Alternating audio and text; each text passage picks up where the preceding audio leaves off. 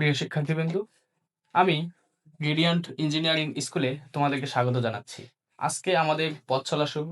তো এই পথ চলা উপলক্ষে আমরা সিভিল ইঞ্জিনিয়ারিং বিষয়ে একটা অত্যন্ত গুরুত্বপূর্ণ এবং সহজ টপিক নিয়ে তোমাদের মাঝে আলোচনা করব এবং কিছু গুরুত্বপূর্ণ ম্যাথ সলভ করার চেষ্টা করব।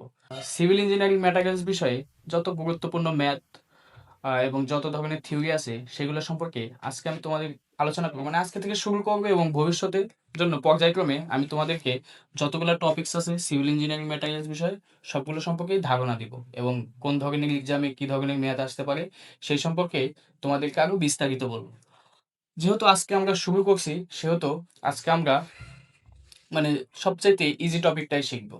কিভাবে মানে বালিক এফএম দেওয়া থাকলে আমরা ম্যাথ করতে পারি, মানে একটা এফএম দেওয়া আছে আর একটা এফএম কিভাবে বের করতে হবে, বালিক ভর দেওয়া থাকবে। তো সেই বিষয়ে আমি তোমাদেরকে ম্যাথ করবো। এই ম্যাথগুলো করার জন্য তোমাদেরকে কিছু গুরুত্বপূর্ণ সূত্র সম্পর্কে আগে আমি ধারণা দিই। সিভিল ইঞ্জিনিয়ারিং ম্যাটেরিয়ালসের অন্যতম গুরুত্ব বিষয় হচ্ছে এফএম। তো এফএম এর ম্যাথগুলো কিভাবে আমরা সলভ করতে পারি, এর জন্য আমাদের এফএম কি সেটা জানা প্রয়োজন এবং কি কি সূত্র দরকার সেগুলো আমাদের জানা প্রয়োজন। তো আজকে আমরা পর্যায়ক্রমে শুরু করছি। এফএম সমান আমরা কি জানি, মানে আমরা কি জানি, ফাইনেস মডুলাস। তো এফএমটা কি? ফাইনেস মডুলাস, অর্থাৎ সূক্ষ্মতার গুণাঙ্ক। কার সূক্ষ্মতার গুণাঙ্ক?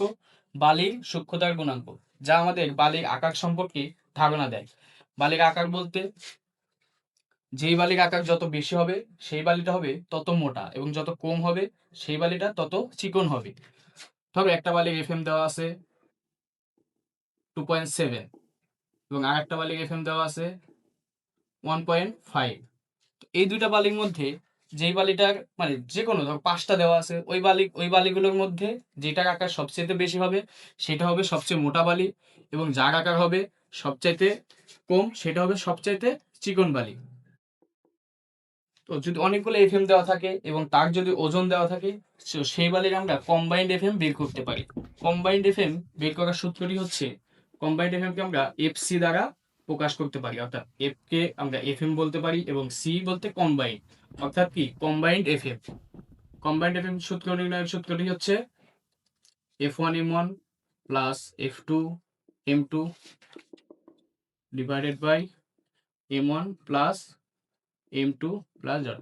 এখানে যে কয়েকটা বালি দিতে পারে, 5টা 10টা এরকম অনেকগুলো বালি যতই থাকবে আমরা ওইভাবে লিখতে পারবো। তবে 3টা আছে তাহলে কি এরপরে কি হবে F3 M3। এখানে তাহলে আবার আমাদের কি M3 লিখতে হবে, মানে যে কটা থাকবে আমরা সেই কটা লিখবো। এটা হচ্ছে কি এফসি বা কম্বাইন্ড এফএম নির্ণয়ের সূত্র। তো এফএম থেকে এই সূত্র দিয়ে জব অ্যাডমিশন সব ক্ষেত্রে ম্যাথ এসে থাকে। আরো একটি সূত্র আছে, ধরো দুইটা বালির রেশিও নির্ণয়ের সূত্র কি হচ্ছে R:1 F1 minus Fc divided by Fc minus F2। এই যে আর দেখতেছো না, এই আরটা কি? আরটা হচ্ছে কম এফএম বালির অনুপাত, কম এফএম বালির অনুপাত।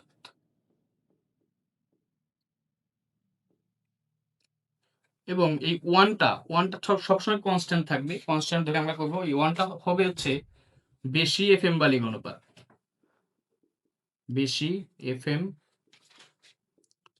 বালির অনুপাত।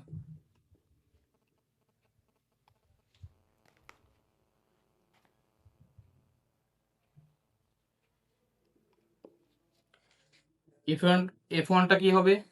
এফ ওয়ানটা হবে হচ্ছে বেশি এফএম বালি, মানে বেশি এফএম, এবং F2টা হবে হচ্ছে কম এফএম।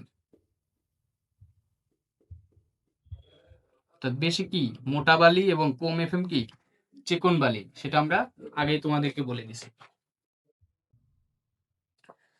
আমরা দুটা সূত্র শিখলাম, আরো একটি সূত্র আছে সেটা হচ্ছে বালির আয়তন স্ফীতি নির্ণয়ের একটা সূত্র আছে। তো বালির আয়তন স্ফীতিটা কি?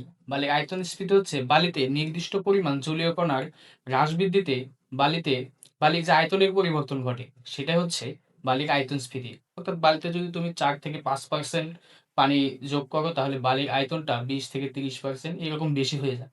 তো সেটা নির্ণয়ের সূত্রটা হচ্ছে বালির আয়তন স্ফীতি নির্ণয়। এটার সূত্রটা কি? এটার সূত্রটা হচ্ছে Vm minus Vs divided by Vm গুণন 100।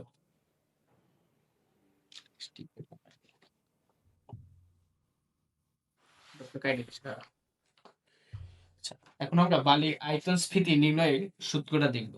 কি? বালির আয়তন স্ফীতি এটা সমান কি জানি? Vm minus Vs divided by Vs গুণন 100। এখানে Vmটা কি? Vmটা হচ্ছে ভেজা এফএম বালির আয়তন। ভেজা বালির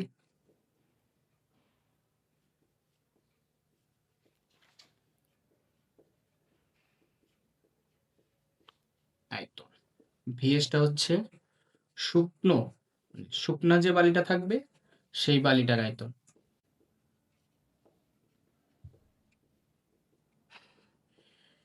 এই সূত্র দিয়ে আমরা কি নির্ণয় করতে পারবো?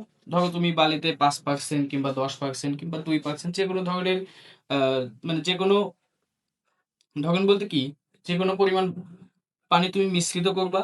মিশ্রিত করে ভেজা আয়তনটা যে হবে এবং শুকনো আয়তনটা যে হবে সেটা থেকে তোমরা বালির আয়তন স্ফীতি অর্থাৎ কত পার্সেন্ট পানি মিশ্রিত করার ফলে কত পার্সেন্ট আয়তন বৃদ্ধি পায় সেটাই তোমরা এই সূত্রের মাধ্যমে বের করতে পারবা।